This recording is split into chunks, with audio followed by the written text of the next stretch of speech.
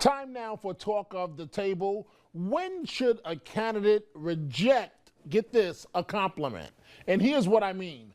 Over the weekend, Texas gubernatorial candidate Greg Abbott, a Republican, thanked a supporter who tweeted that Democratic State Senator Wendy Davis is a, quote, retard Barbie.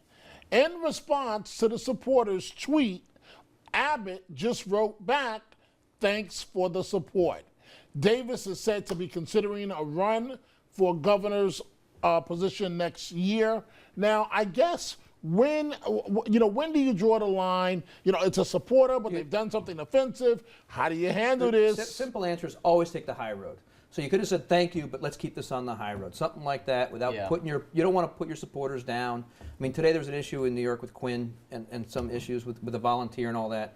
You got to know when to draw the line, whether you're a volunteer, whether you're a staffer, especially a staffer. Yeah. But if you want to be a leader, you have to look like a leader. You can say thanks so much for your support. We don't condone the language, and we want to treat our opponents respectfully. Right. Okay. Is that what you would? That's how you would handle it? Absolutely. If you're going to be a leader, you have to prove that you're a leader, and you should show your people, your supporters, and people who are going to vote for you that you can do it. Volunteers get excited.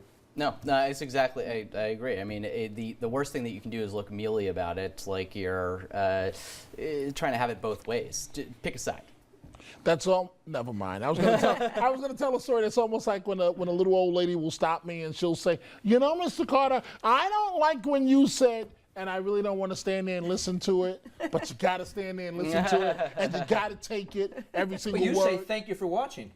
You always say thank you for watching. OB, what happened with Quinn real quick? Because it's going to be in the papers tomorrow. There was an issue down at the, which hospital was it down there? NYU. St. Vincent's down in the Village. Quinn's backyard, about who de Blasio had a press conference, one of Quinn's supporters tried to rebel rouse and cause problems, and there was one of Quinn's people slapped one of de Blasio's people, and even a state senator in the middle of it. So slapped? Yeah. It's on videotape. It's on the internet. Literally, there's a slap involved. Yeah, it's interesting. I don't know if this is true or not, but the man explained himself later in later versions of the story you might not have seen, saying his wife had died 2 days before.